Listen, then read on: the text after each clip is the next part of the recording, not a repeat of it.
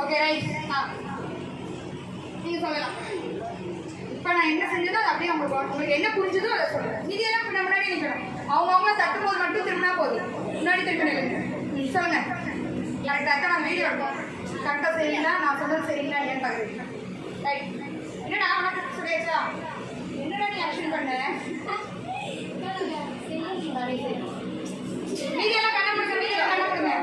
வணக்கம்.